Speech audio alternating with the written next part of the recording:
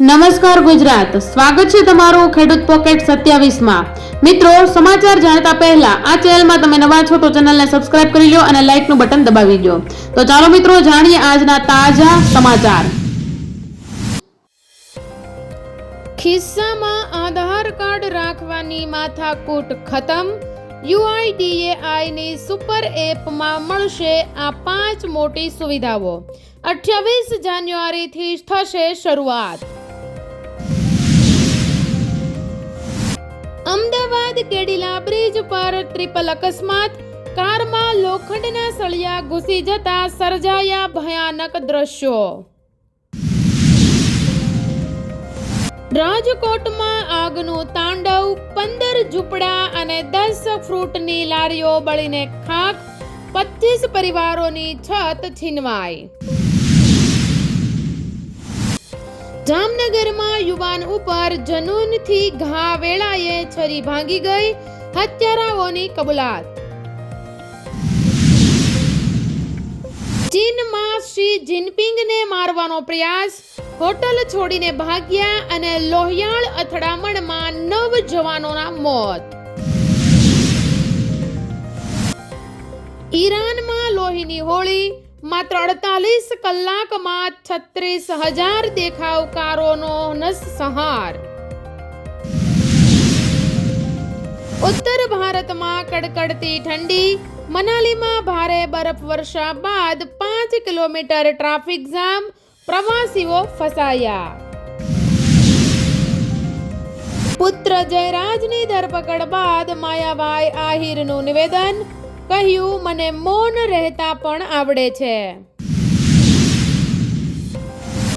Road પરથી નીકળતી છોકરીઓની છેડતી કરતા હતા। પોલીસે દબોચી બંને યુવાનોને કાર્ટૂન બનાવી દીધા। ઉદ્ધવ ઠાકરેના નિવેદન બાદ સરકાર એક્શનમાં। પ્રિસાઇડિંગ ઓફિસરના નિયમોમાં કર્યો મોટો ફેરફાર। આજે બેંકો રહેશે બંધ। યુનિયન બેંકની સૌથી મોટી હડતાલ। યુજીસીના નવા નિયમનના વિરોધની આંચ બીજેપી સુધી પહોંચી ગઈ અને 11 પદાધિકારીઓના રાજીનામા। ચાંદીના ભાવે બધા રેકોર્ડ તોડી નાખ્યા। એક દિવસમાં 13% ઉછાળો। 3.68 લાખ રૂપિયાને પાર। ગાંધીનગરમાં અભ્યુદય સંમેલનમાં અલ્પેશજી ઠાકોરે રાજનીતિ છોડવાની આપી ચીમકી।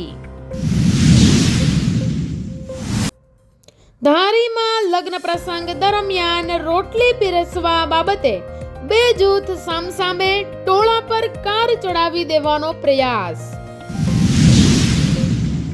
સેક્સવર્ધક ગોળીઓ ખાઈ અત્યાચાર કરતા પતિનો પત્નીએ કાંટો કાઢ્યો।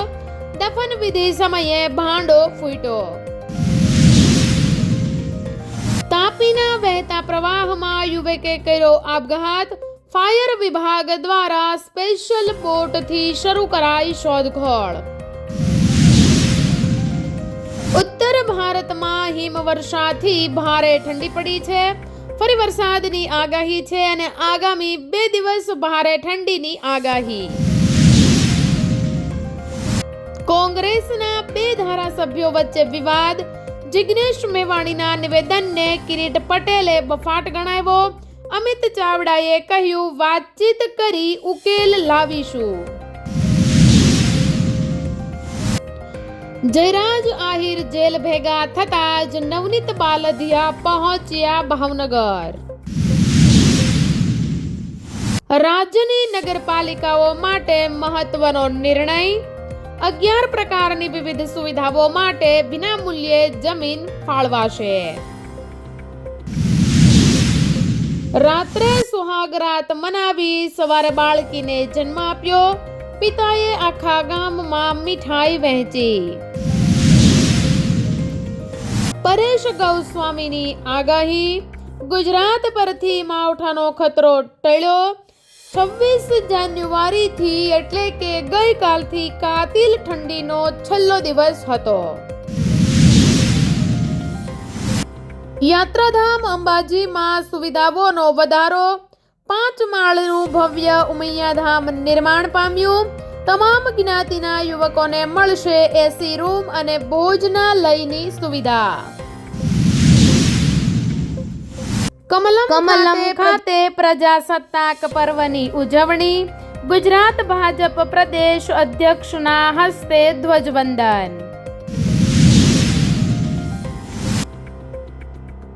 આઝાદી બાદ છત્તીસગઢના 41 ગામો પ્રથમ વખત ઉજવશે પ્રજાસત્તાક દિવસ. પ્રજાસત્તાક દિવસ ભૂતકાળ, વર્તમાન અને ભવિષ્યને જોડે છે. રાષ્ટ્રપતિ દ્રૌપદી મુર્મુ. કોસંબામાં દક્ષિણ ગુજરાતનો સૌથી ઊંચો તિરંગો. ડીવાયસીએમ હર્ષ સંઘવીએ ગરિમાપૂર્ણ માહોલમાં ધ્વજારોહણ કર્યું. ગંભીર સંકટમાં મુકાયો ટેક્સટાઇલ ઉદ્યોગ. 1 ફેબ્રુઆરીથી બંધ થશે તમામ કાપડની મિલો. રબારી સમાજની નવા બંધારણની જાહેરાત. મામેરું અને મોસાળુ પ્રસંગના બદલ્યા રિવાજ. સાટા લગ્નમાં બનાવ્યા નિયમ. ગાંધીનગરના કાવા દાવા. એક મંત્રીની નજર ભાજપના પ્રદેશ પ્રમુખની ખુરશી પર. વડોદરા વાળી થાય તે પહેલા સિંગલ ઓર્ડરથી IASની બદલી. આગામી 36 કલાકમાં 11 રાજ્યોમાં મુશળધાર વરસાદની ચેતવણી.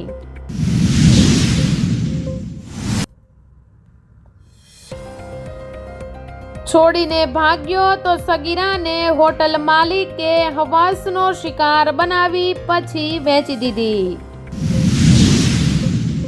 ઇન્સ્ટાગ્રામ પર પ્રેમ પછી દુષ્કર્મ પ્રેમી છોડીને ભાગ્યો તો સગીરાને હોટલ માલિકે હવસનો શિકાર બનાવી વેચી દીધી. કોંગ્રેસમાં ફરી યાદવાસ્થળી. હવે જિગ્નેશ મેવાણી, કિરીટ પટેલ આમને સામને. કોંગ્રેસમાં ફરી નગરપાલિકાઓને રાહત. જંત્રીના 25 થી 50% રકમ ચૂકવવી નહીં પડે. વિનામૂલ્યે મળશે આ જમીન. અભિષેક શર્માએ ન્યૂઝીલેન્ડ સામે 14 બોલમાં ફિટકરી ફટકારી. તોડી નાખ્યા બધા જ રેકોર્ડ. બીજેપી ભાજપને ચૂંટણી ફંડ આપનાર કોન્ટ્રાક્ટર દ્વારા બનાવેલી ₹21 કરોડની બનેલી ટાંકીએ વટાણા વેરી નાખ્યા. 14.98 લાખના ચેક રિટર્ન્સ કેસમાં વિસનગરના કોન્ટ્રાક્ટરને 1 વર્ષની કેદ. વળતર ચૂકવવાનો કોર્ટનો આદેશ. લગ્ન ગીતો ગવાતા હતા ત્યાં માતમ છવાયું. દીકરા દીકરીના લગ્ન પહેલા પિતાનું કરુણ મોત. પરિવાર પર આભ ફાટ્યું. આવા જ દેશ દુનિયાના સાચા અને સચોટ સમાચારો સાંભળવા માટે આપણી આ ચેનલ ખેડૂત પોકેટ 27 સાથે આજે જોડાઈ જજો. વિડીયો ગમે તો વિડીયોને લાઇક કરી દેજો અને તમે કઈ જગ્યાએથી આ વિડીયો જોઈ રહ્યા છો એ ખાસ અમને કમેન્ટ બોક્સમાં જણાવી દેજો અને સાથે સાથે વિડીયોને એક લાઇક પણ કરી દેજો. ફરી મળીશું એક તાજા નવા હવામાન સમાચારના વિડીયોની સાથે. ત્યાં સુધી મને રજા આપો. જય હિન્દ, જય ભારત.